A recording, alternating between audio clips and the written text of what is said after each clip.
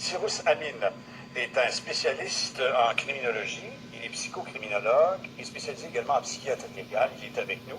Et il a rencontré ces gens-là en prison. Bonjour, M. Amin. Bonjour, M. Mongrain. Vous avez rencontré donc Mohamed, le père, Chafia, Exactement. et également cette dame qui fait face aux mêmes accusations. Un des membres de famille. Un des membres de la famille. Que je pense qu'il doit être son frère ou son beau-frère. Qui sont-ils?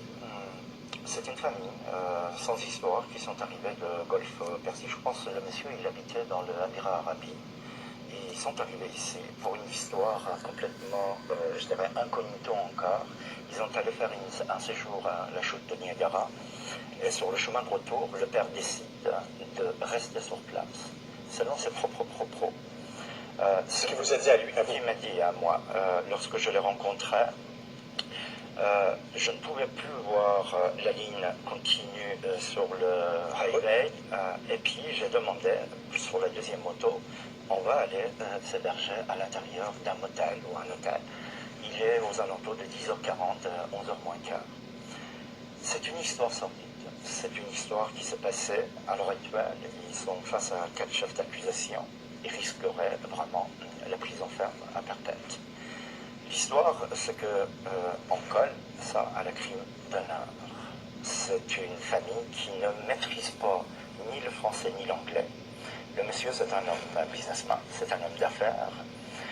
C'est une personne qui défend et qui refuse toutes sortes d'accusations qu'on lui fait. Mais le problème, à date que je le rencontrais, je suis père de 3 garçons, je lui ai dit, monsieur, à date que je vous rencontre là tout de suite, vous êtes présumé innocent selon la loi ici canadienne. L'histoire, c'est qu'il y a une investigation qui a été faite par l'OPP, la police ontarien, et puis la police de Kingston, en étroite collaboration avec Sûreté Québec. Et ces gens-là, on leur reproche cette histoire de crime d'honneur. Qu'est-ce que le crime d'honneur dans la culture coranique ou islamique?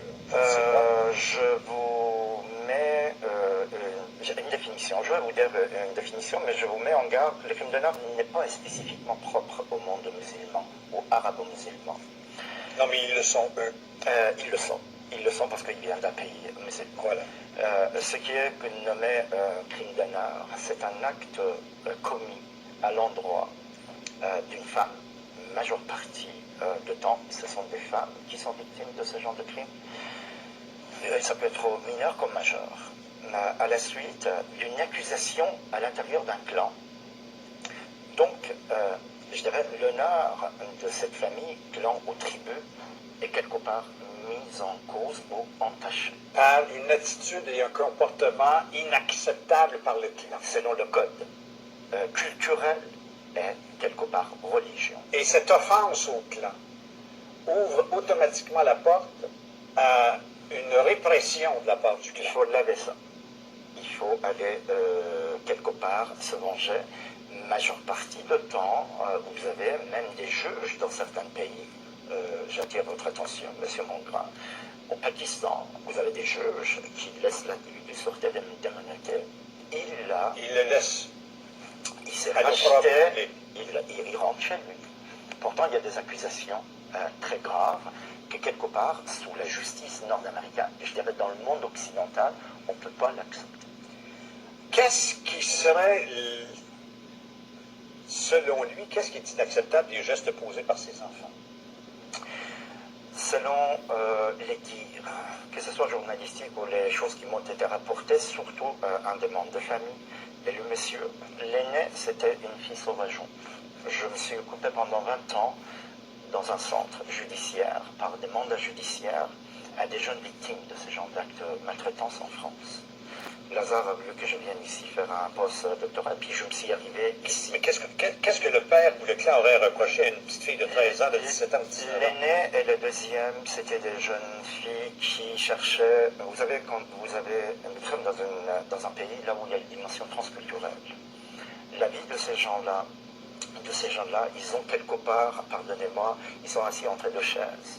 Leur culture d'origine des parents et leur culture de ceux qui vivent, de pays d'accueil. de pays d'accueil. Alors, les deux petites filles veulent vivre comme des petites filles de l'Ontario. Exactement. Puis c'est une offense. Canadiens, québécoises, de surcroît, ils ont Puis la petite de 13 ans est influencée par les deux autres. Exactement. Puis la mère est d'accord avec la vie des autres, ça fait que ça justifie de les mettre dans le char et de les sacrer dans le fleuve.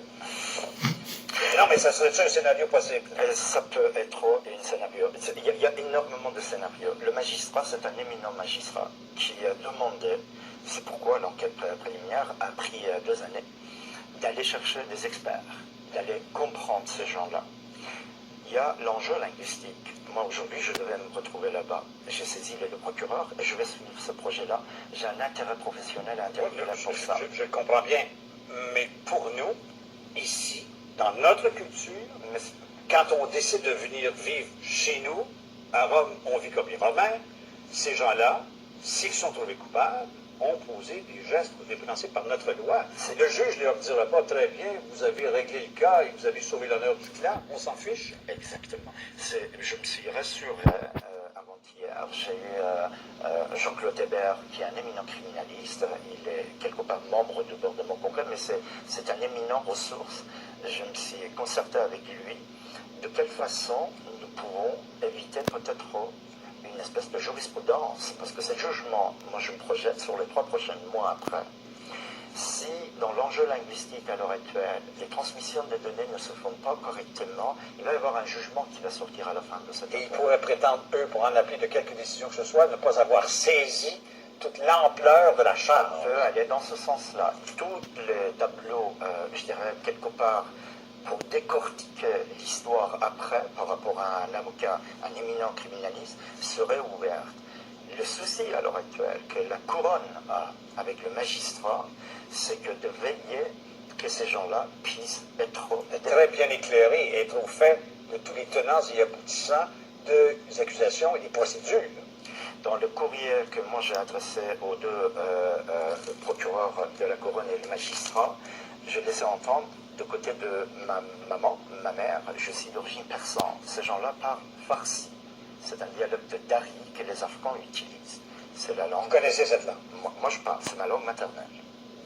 Alors vous avez la même langue maternelle que Mohamed? Monsieur Shafia. Mohamed Shafia, et puis je peux parler, communiquer avec lui. C'est la raison pour laquelle leur communauté et puis leur consul m'a demandé d'aller voir. Je comprends. Mais en même temps, est-ce que vous avez saisi, perçu chez lui, lors de vos rencontres avec lui en prison, qu'il saisissait ce que le Canada considère, comment le Canada considère le geste qu'il aurait posé? Non. Honnêtement, le système pénitentiaire le système pénitentiaire est complètement inverse. Ici, quand je vais aller à RDP, quand je vais aller à Bordeaux, on me laisse une pièce, donc je peux discuter avec. Vous n'avez pas eu cette chance avec monsieur? C'est à travers un vitre. L'individu peut émettre ses émotions, on peut le voir. Le seul problème, c'est qu'il est sous une forme de post-traumatisme.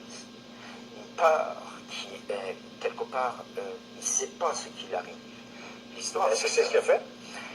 Ce qu'il a fait. Est-ce que vous pensez, vous me posez cette question-là? Oui, mais je ne sais pas.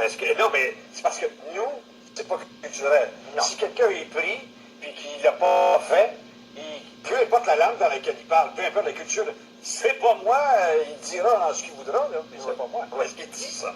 Il dit ça fermement. Il n'est pas d'accord avec ce qu'on lui reproche, mais la phrase que moi je lui ai dit en persan, il n'y a pas de fumée sans feu. Comment on dit ça en persan?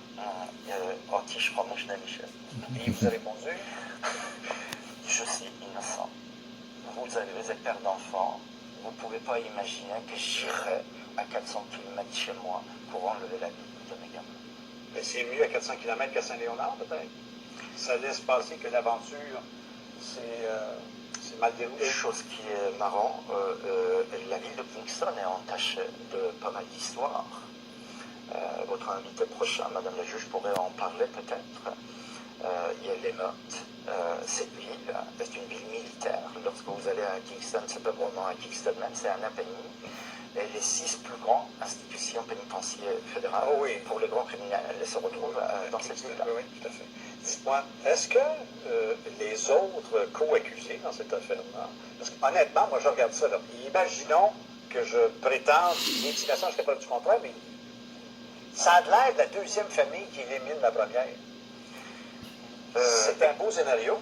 Tu dis, j'ai une deuxième femme avec un enfant, j'en ai une avec 3 filles, envoie dans le lac, puis nous autres, on reste clair. Moi, là, honnêtement, ça me semble être ça.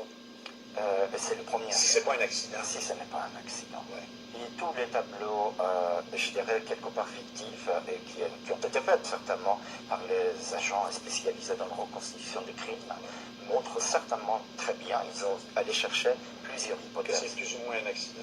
Est-ce que c'est un... Non, on ne peut pas le savoir. Aujourd'hui, la couronne a déballé son sac.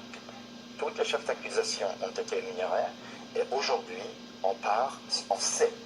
Il ne faut pas oublier, M. Mongrain, que ce procès a été quelque part frappé Une ordonnance de d'une ordonnation de non-complication. Vous ne pouviez pas dire quoi que ce soit. Eh non. M. Chafia va garder le silence, je présume. Question d'honneur. Exactement. Et son épouse va garder le silence tout au long. Question d'honneur. Exact. Et le fils va garder le silence tout au long. Question d'honneur. Si on se table vraiment sur l'intitulé, le label de question crime d'honneur, oui. Merci beaucoup de vos lumières, monsieur. Je sais que vous allez suivre cette affaire. On en aura